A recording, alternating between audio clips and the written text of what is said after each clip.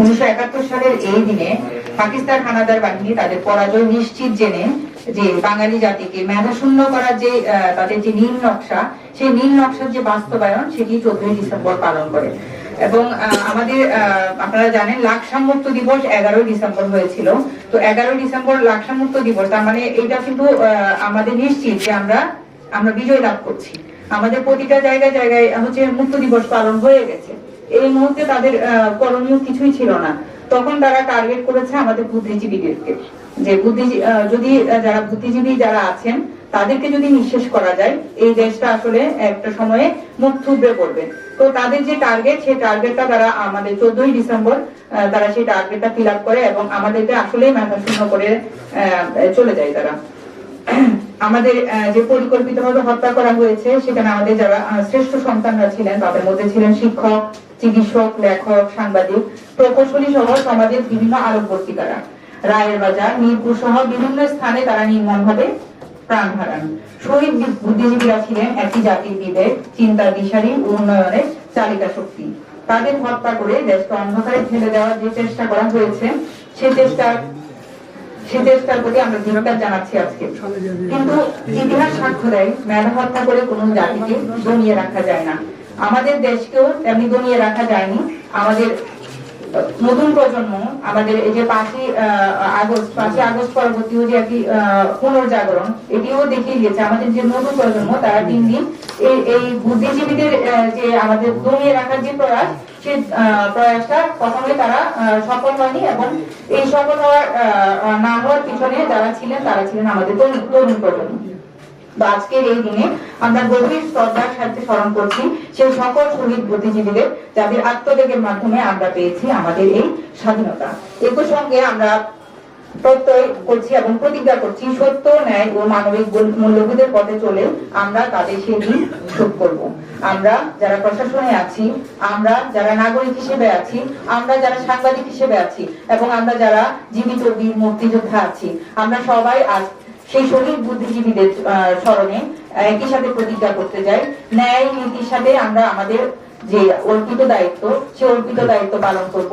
সকল সাংবাদিকরা স্বচ্ছভাবে তাদের সংবাদ প্রচার করবে এবং আমরা যারা আছি প্রশাসনে, তারা তাদের কাজে যদি কোনো ভুল ত্রুটি করে থাকি, আপনারা সেটা প্রকাশ করে আমাদের কাছে আমাদেরকে ন্যায় নীতিতে চলতে বাধ্য করবেন। এবং যারা বীর মুক্তিযোদ্ধা আছেন, ওনারা আমাদের আসলে আলোকবর্তিকা। আপনারা সেদিন যুদ্ধ করেছেন বিধায় আমরা আমাদের আজকের এই চেয়ারে বসেছি, এটা আমরা বারবার বলছি।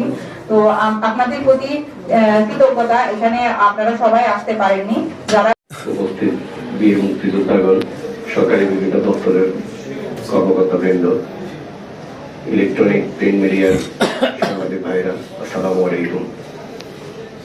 আমরা সবাই আজকে এখানে সমবেত হয়েছি 1971 সালের 14ই ডিসেম্বর শহীদ বুদ্ধিজীবীদের নিয়ে এখানে স্মৃতিচারণ করার জন্য, আমরা দিবসটি পালনের জন্য। দীর্ঘ 9 মাসের যুদ্ধে যখন পাকিস্তানি হানাদার বাহিনী জেনে গেছে যে এই দেশ স্বাধীন হয়ে যাবে, পূর্ব পাকিস্তানটা স্বাধীন হয়ে যাবে, তখন স্বাধীনতা পরবর্তী এই দেশটাকে যারা নেতৃত্ব দিবে, এই দেশের সাংবাদিক, বুদ্ধিজীবী, ডাক্তার, ইঞ্জিনিয়ার, সর্বক্ষেত্রে শিক্ষক, তাই এদেরকে শেষ করে দিতে হবে, যাতে দেশটা স্বাধীন হলেও পরবর্তীতে আর মাথা তুলে দাঁড়াতে না হয়। এই নীল নকশায় তারা 14ই ডিসেম্বরে এই দেশের বুদ্ধিজীবীদেরকে হত্যা করেছে। আমরা সে সকল শহীদ বুদ্ধিজীবীদের আত্মার মাত্রা কামনা করি। আর যে সকল বীর মুক্তিযোদ্ধাগণ আমাদের মাঝে আছে, আল্লাহ তাদেরকে সুস্থতার সহিত ভালো রাখুন। এই বলে আমি আমার বক্তব্য শেষ করছি। আসসালামু আলাইকুম। আমাদের অসংখ্য ডাক্তার, প্রকৌশলী, স্থপতি, সাংবাদিক, লেখক, প্রায় সহস্রাধিক উচ্চপদস্থ ব্যক্তিকে এক রাতের ভিতরে হত্যা করা হয়েছে, যা বিশ্বের ইতিহাসে নজিরবিহীন। একটি দেশের এতজন ব্যক্তিকে এত অল্প সময়ের মধ্যে হত্যা করা হয়েছে, যারা কিনা একটি দেশকে বা একটি রাষ্ট্রকে সামনের দিকে কয়েক গুণ এগিয়ে নিয়ে যেত। ডাক্তার ফজলে রাব্বি সেই পাকিস্তান আমলে তৎকালীন নাম করা হৃদরোগ বিশেষজ্ঞ ছিলেন।